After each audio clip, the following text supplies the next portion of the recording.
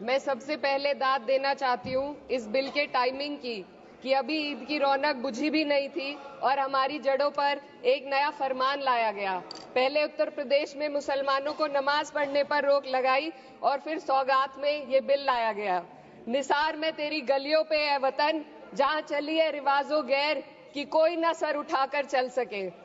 मैं सभापति जी आपको ये बताना चाहती हूँ कि ईद के मौके पर एक विधवा महिला अपनी लड़की के साथ मेरे पास आई और उसने बताया कि वह एक वक्फ की प्रॉपर्टी में रहती है, वही उसके सर पर छत का काम भी करती है और उसकी रोजी रोटी भी वहीं से आती है। वो इस बिल को लेकर इतनी फिक्रमंद थी कि कहीं उससे वो उसकी संपत्ति ना छीन ली जाए। वो अकेली एक ऐसी महिला नहीं है, ऐसे लाखों लोग हैं जो वक्फ की गरीब महिलाएं जो वक्फ की संपत्ति से अपना रोजगार चला रहे हैं।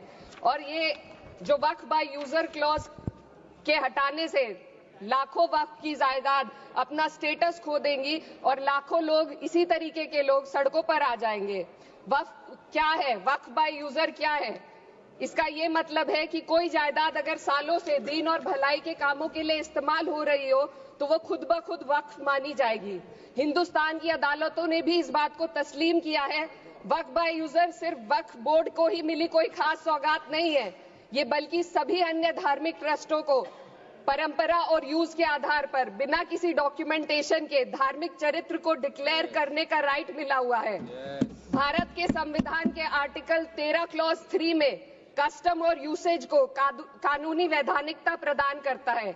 इसी आर्टिकल से वक्फ बाय यूजर भी निकला गया है। इस बिल के कानून बनने पर वक्फ बोर्ड तो इस प्रोविजन से हाथ धो बैठेगा, लेकिन अन्य धार्मिक ट्रस्टों को यह सुविधा जारी रहेगी।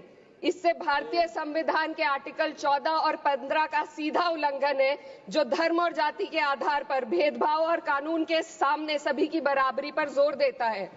मैं इसके साथ ये भी कहना चाहती हूँ कि सत्ता के लोग जो एक दूसरे की पीठ थपथपा रहे हैं कि वक्फ बाय यूजर का जो अमेंडमेंट इन्होंने दिया उसको एक्सेप्ट कर लिया गया है, लेकिन इनकी शरारत यह है कि उसके साथ ही एक ऐसा प्रोवाइजो इसमें शामिल किया गया जिसके आधार पर यह कहा गया है कि अगर कोई भी वक्फ की संपत्ति विवादित हो तो वो अपना वक्फ स्टेटस खो देगी। तो जो अमेंडमेंट इन्होंने दिया है, जिसको एक्सेप्ट कर लिया गया है, उसका कोई मतलब नहीं है।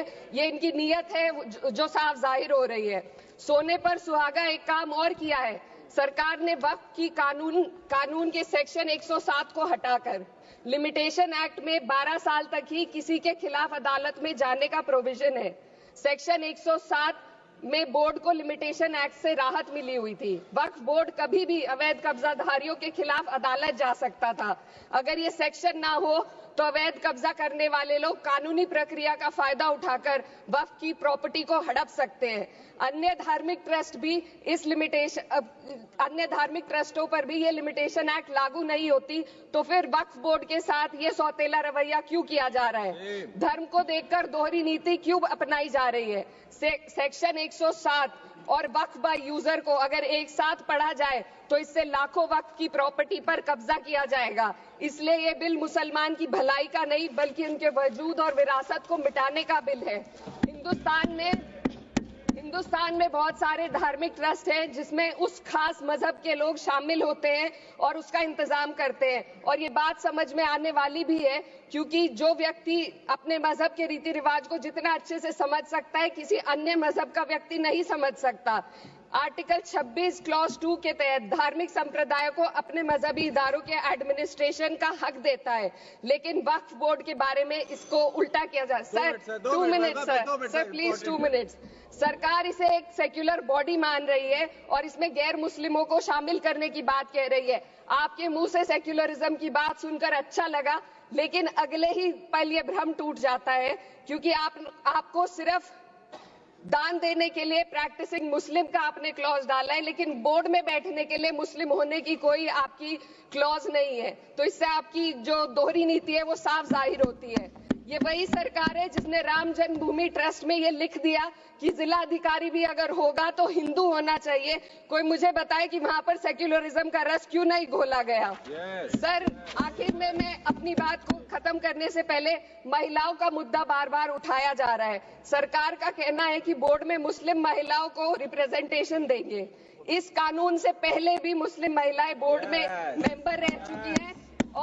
मिनिमम 2 का प्रोविजन था, उससे ज्यादा भी हो सकती थी। सर, मैं ये कहना चाहती हूँ कि सरकार ने महिलाओं के लिए ऐसा कौन सा नया काम किया जिसका ढिंडोरा सरकार का हर सदस्य पीट रहा है। इस बात की तायीद अगर आपकी तरफ से कोई मुस्लिम महिला करती तो हम उसका यकीन भी करते, लेकिन अफसोस आपकी इतनी लंबी कतार में एक भी मुस्लिम महिला नजर नहीं आती है। सर, मैं खुद एक मुस्लिम महिला हूँ, मैं सिर्फ सर मैं माइनॉरिटी महिला हूँ। इस सदन में हम सिर्फ 2 महिलाएं हैं और उस नाते से मैं ये बात कहना चाहती हूँ कि इस बिल के माध्यम से मुस्लिम महिलाओं को कुछ नहीं मिल रहा है, ये हमें कुछ नहीं देना चाहते, सिर्फ टोकनिज्म हमारे नाम पर बनाकर एक नैरेटिव मीडिया में चलाना चाहते हैं। तो ये बिल मुसलमान की भलाई का नहीं, उनकी पहचान को मिटाने का है। सर, अंत में मैं बस यही कहना चाहती हूँ कि कागजों की कैद में बस नाम रह जाएंगे, वो जो हमारे थे सिर्फ दावे में रह जाएंगे। इस बिल के द्वारा मीठी ईद के जायके को कड़वा करना, यही असली सौगाते मोदी था। बहुत बहुत